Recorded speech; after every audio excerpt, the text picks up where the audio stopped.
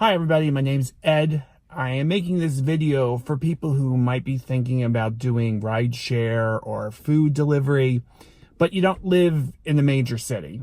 And if you don't live in the major city, you're going to have to work a little bit harder. It's just the way it is.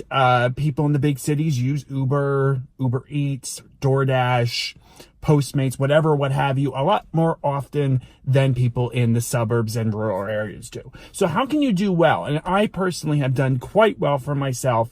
I mean, not making the money that my friends are making in the bigger markets, but hey, that's the way it is. So I just want to give you a couple tips. So I have 5 major tips, which I think will help you make good money, especially if you're not in the city or not near a major market. This is what you do. Number 1 is knowing your market. As a rideshare or food delivery driver in a rural or suburban area, it's going to take you a little bit more work. The rides and the food deliveries aren't going to come to you. You're going to have to work for it. So what I suggest is you start to learn your market. And you're going to hear this from other Uber YouTubers. A lot of people say the same thing. Know your market. It's very important in rural and suburban areas. Know when your local sports teams have games, home games. Know the bars. And maybe, before you do rideshare, maybe go on a bar tour of your local area. Ask the bartenders, what's your busiest night?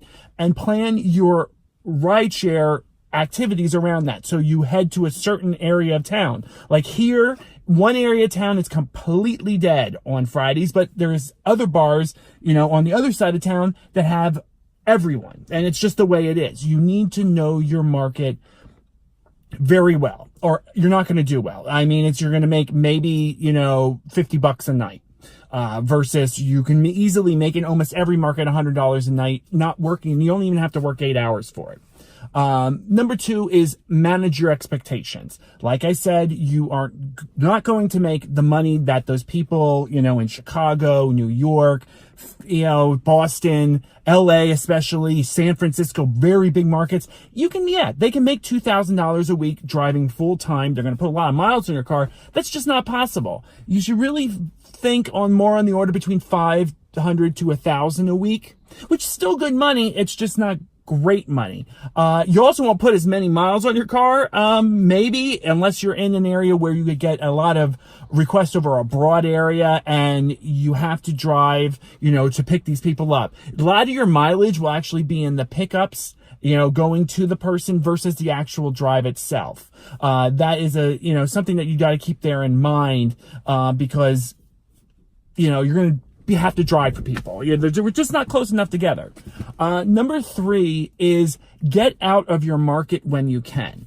If you are lucky enough like me, I live in Reading, Pennsylvania, so I'm very close to the Philadelphia market.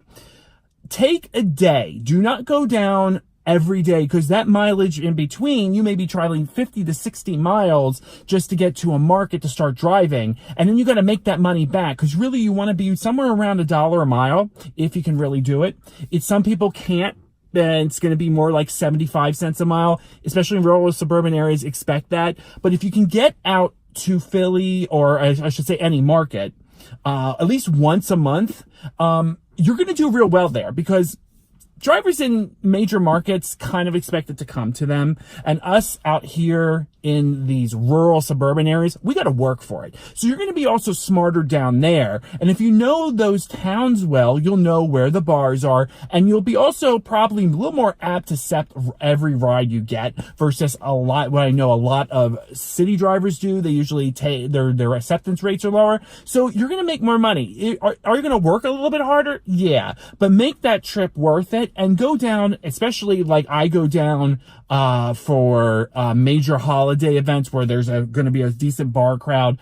Major events, yes, they are a little bit hard to work, but the surge down there, even if it's flat surge, you just got to know where to go. Know good markets, and what days those markets are really popping, for lack of a better way to put it. That's the best thing you can do.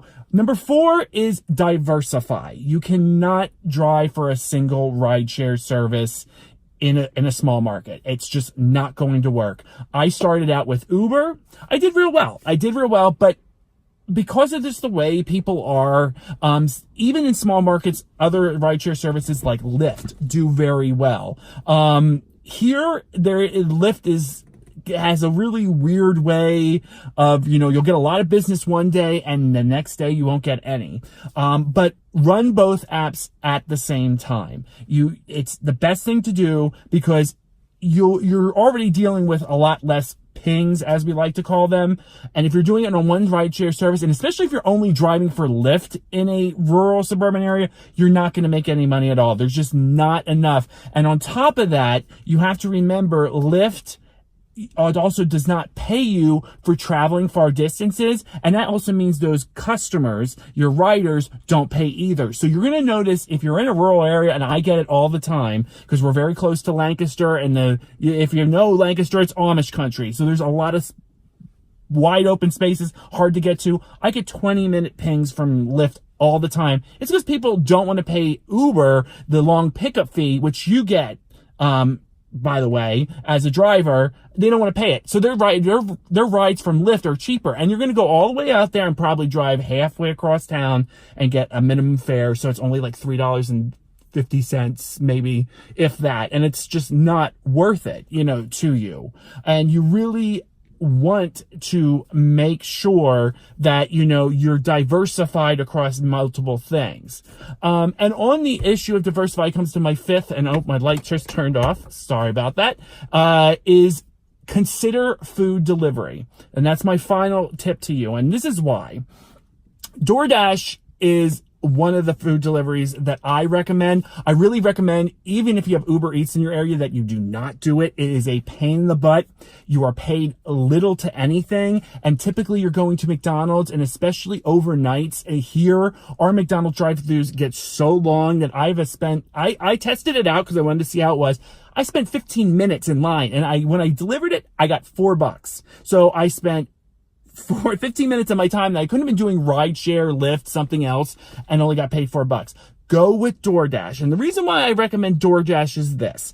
DoorDash gives you something called peak pay, and it's good to drive because the peak times are going to be after rush hour because it's a dinner time. So usually it's like 4 to 7, sometimes it's 5 to 9, depends on the season. In summers, it's usually 5 to 9. I'm noticing in the winters, it's 4 to 7, sometimes 4 to 8, something like that. It'll depend on your market, but you'll get bonus pay on top of that. Now, in a rural suburban market, you're probably going to get higher regular pay. I've seen people post some videos up here from DoorDash from cities, and they're getting a lot of $3 and $4 delivery orders. But that's because they have so many restaurants in a small area versus us. We have to travel further. DoorDash pays you, and usually it comes to $1 a mile. Now, when they do peak pay, and especially if you can drive in a new market to DoorDash, you can make as much as $1.80 to $2 a mile. In bad weather, the same thing. Try DoorDash. And if you do that in the periods, and if you want to work, say, an 8-hour day where you do, start at 3 and you work, that 3 to 6, if your area has some kind of after work traffic, people going home, and then you go in the middle of that, you switch to DoorDash and make that, and then go at the end and finish off your day taking more rides, and you can finish off at 11, 12 o'clock, depending on what your area is. You'll have a good chance of at least making, I would say, somewhere on the order of $100 a day easily.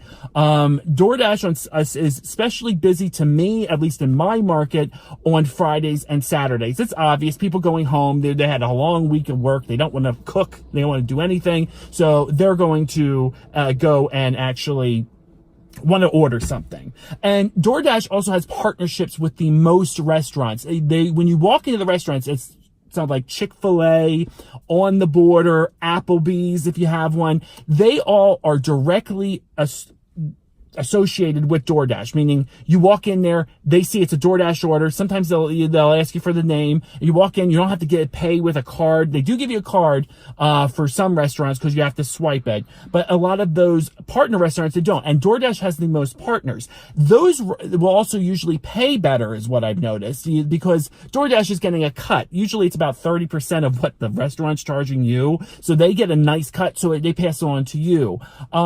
Your market might be a little bit different. If your market is one that doesn't tip. I mean, I can't say what it would, if they would or not. You know, some places people are more used to tipping, other markets are not. But I've noticed in suburban areas, especially new ones, DoorDash pays very well. I mean, it's weird. I don't know how they're making money, but I've seen when DoorDash first started here, the first week I was getting paid $18 a delivery for $20 of food. So I don't know where that money's coming from, but take advantage of it. You need to take, as a rural, suburban Uber, rideshare, food delivery guy or girl, you need to take advantage of everything, and you have to be smart about it. So try a food delivery service, but stay away from Uber Eats. Uber Eats is a waste of your time. It will take away from your normal rideshare with Uber, which will be more lucrative rides, but it's just not a good idea. So just stay away from it. I'm also going to include a link here below to sign up with DoorDash. I would honestly recommend you that. If you're not signed up for Uber or Lyft, I'm also going to include links as well. But it is possible. That's why I wanted to make this video, because a lot of these videos, you see the drivers from the big cities and they're like, yeah, I'm making $2,000 a week, and it's just not possible here. Now, could there be big days? I mean, I drove on Wednesday night before Thanksgiving, the big bar day, made $250 in Reading, Pennsylvania, which is not a big bar town. So you can still make money on good days, but that even there is probably somebody's decent day on a regular day in Philly or somewhere else. So you just got to manage your expectation. And I hope these 5 tips gave you a better idea and maybe some encouragement to try it. I mean, not everyone's market is going to be the same. So don't expect that, everything I tell you here is going to work in your market.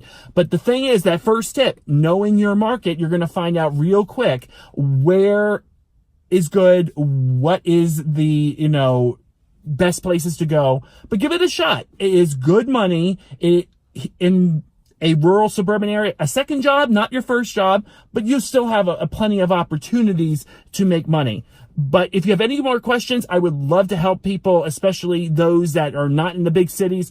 I can give you some tips that I've learned over the past couple of months, but definitely, like I said, know your market, diversify. You try a food delivery for times that, are typically slow for rideshare. There's all those tips, is good things to know, and hopefully you make some good money. And I'd love to hear, if you guys have any of your own experiences, tips, and you are in a rural suburban area.